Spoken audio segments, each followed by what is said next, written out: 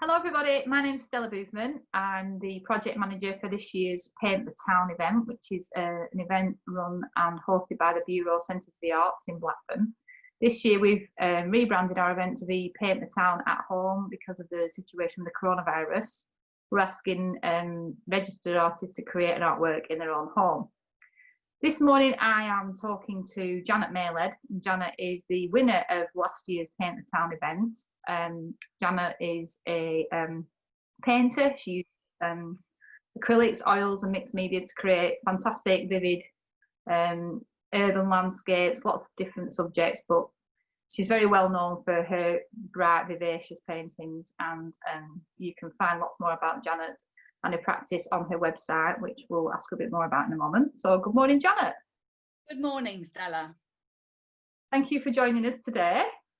Well, thank you for inviting me. And we've actually asked you this year to be a judge for the event because of your experience of actually doing the event and being the winner last year. So yeah. I hope you're happy to do that for us. I'm absolutely delighted. I'm looking forward to seeing all the entries, indeed. As last year's winner of Paint the Town, you face, I think it's fair to say, some quite significant challenges with the weather and environment. And I just wondered if you could just talk a little bit about that, but also just sort of generally some of the challenges that are facing artists when they go out and paint outside, outdoors, on plein air, whether it's in the countryside or whether it's in an urban area. What sort of things are you having to deal with when you do that, Janet? Well, most certainly the biggest consideration, which I mean, I didn't know what the weather was going to be like on the day, but before I went, I actually did a recce, walked around Blackburn, having a look at the area that we paint in, trying to think what excited me and what I was going to paint on the day. And you have to consider everything that you're going to need. So I'm lucky enough, I've got a nice mobile easel that I take along with me, and I use a small range of paints and create a breadth of colour, so I can pack quite a lot into a bag. But as you say, Stella, on the day the weather was extremely challenging, one of the most challenging weathers I've actually done. I mean, I was lucky, I was within town centre, but it was torrential rain, and though I'd brought brollies and everything, I was also extremely cold, and this does affect your ability to sort of focus on what you're trying to create. And I must say, in the morning, the first 2 hours, I wasn't sure that I was going to be even going to continue, that I felt so overwhelmed by the weather. The water was pouring off my palette, dripping off my brolly, nothing was drying, because when I create my work, I create lots of layers. So I'm relying on the first layer drying, so then I can work on it. But as you know, acrylics, they actually dry quite quickly. Not on that day. It was very damp. But by the afternoon, I think I was slightly enjoying it, and I was getting into it, and the weather did improve. But I was also rallied by the fantastic reception I had from the Blackburn people, which was wonderful, and people coming along and chatting and you know, egging me on and encouraging, and that was such a positive. What turned out at the beginning, I can honestly say I was like a drowned rat, and I was thinking, oh no, this isn't going to work out. And there was points when I was shaking. I had 2 coats on, and I was so cold. But I was delighted to achieve a painting that I was pleased with. And when I got back to the bureau and sat on the radiator to dry out, and I was offered a brew, even better. So, yeah. Thank you.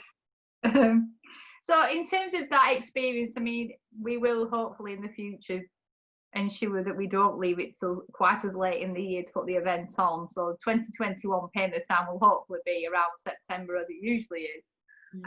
What do you think artists are going to be facing that's going to be different this year? Say, for example, an artist who's used to working, looking at a real landscape like yourself, whether it be an urban one or a rural one, Absolutely.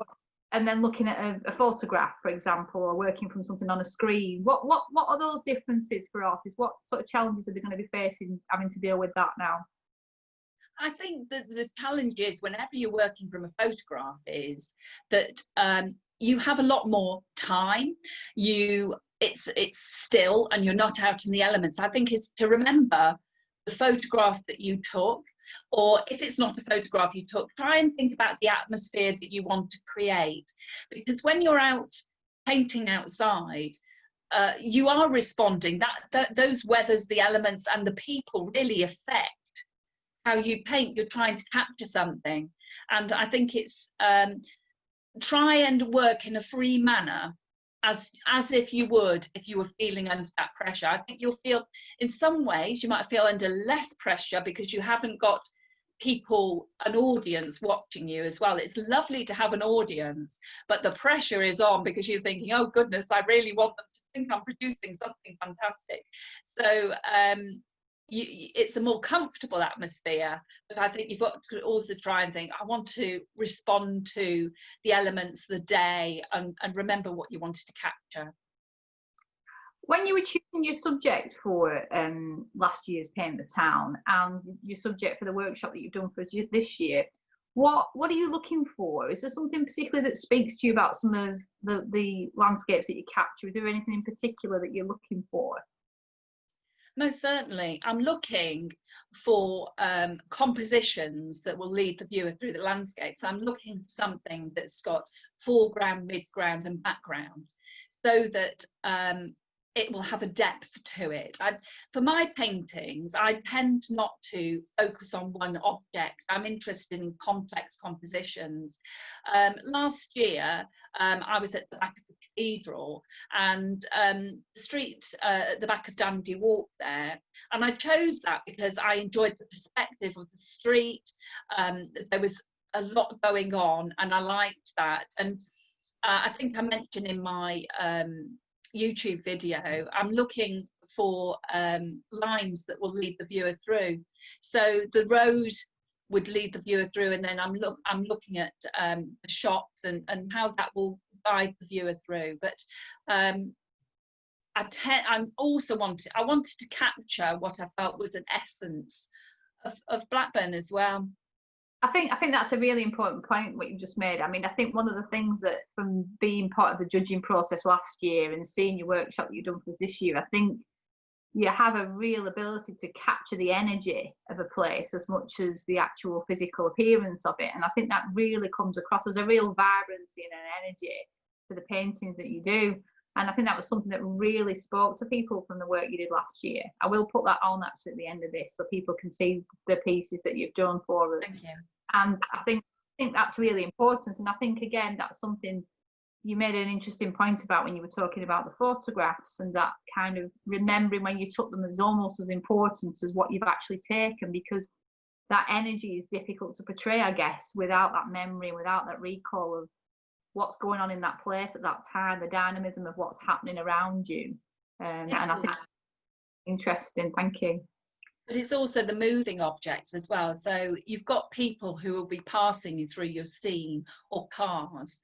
And what I want to capture is that snapshot. So if you take a photograph, you will see it as a whole. But if you are looking at it yourself, you only remember flashes of that person, that car, that bike. And I want to paint in that way, so that it suggests that, rather than a still photograph.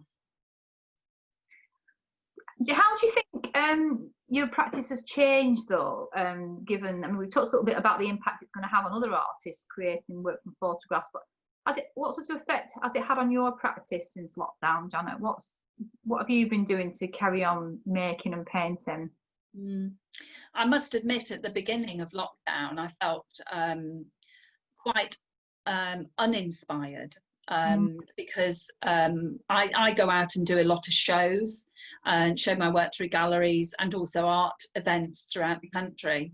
And unfortunately, due to social distancing, a lot of those won't be happening this year. But I have rallied, and I've been lucky enough. I visited a place in Bala a couple of years ago, a gardens out there, and they bought some cards recently from them, and I decided I'd be doing a series of paintings based on those gardens. So I've been working on those. I've also been taking part in Portrait Artist of the Week, which I love painting all subject matter, and I've really enjoyed doing that. So I've sort of been challenging myself to do some other things, but carrying on with my practice. I've got some shows later in the year. I've got one in Manchester, so I've been working on some Manchester paintings, again from photographs, but applying the same theory as I was saying to you about that. But I've also been enjoying my local area. I'm lucky to live in on the edges of Accrington, and you can walk up in the hills and you've got fantastic views over this fantastic landscape. I enjoy these old mill towns and the shapes in the buildings. I've recently done a painting for Paint Padiham, and I really enjoyed the rooftops and the old chimneys there. Great. Oh, that's good to know. And we have got an interesting landscape, I think, in East Lancashire, where we've got that combination of hills and architecture that kind of juxtapose quite nicely, don't they, together? So yes, I think yeah. So in terms of just generally, you just mentioned Paint Padiham, and obviously you're doing this as part of Paint the Town for Blackburn with Darwin. But I'm just wondering what's important about these kind of events generally, because there's quite a few of them dotted about up and down the country, I think, and I would guess it's happening in lots of different places all over the world where people come together to sort of create something in a united way. How important do you think these are in terms of encouraging people to participate? Do you think they have a role to play? Do you think they're important? Oh, most certainly. I think they're fantastic for the community. I think they bring people together, people not just like myself who's a professional artist, but people who just enjoy painting and enjoy being outside. It's an opportunity not for just the people painting, but for the public to come round and chat to people, hear about their inspiration, look at their materials and see what they're doing.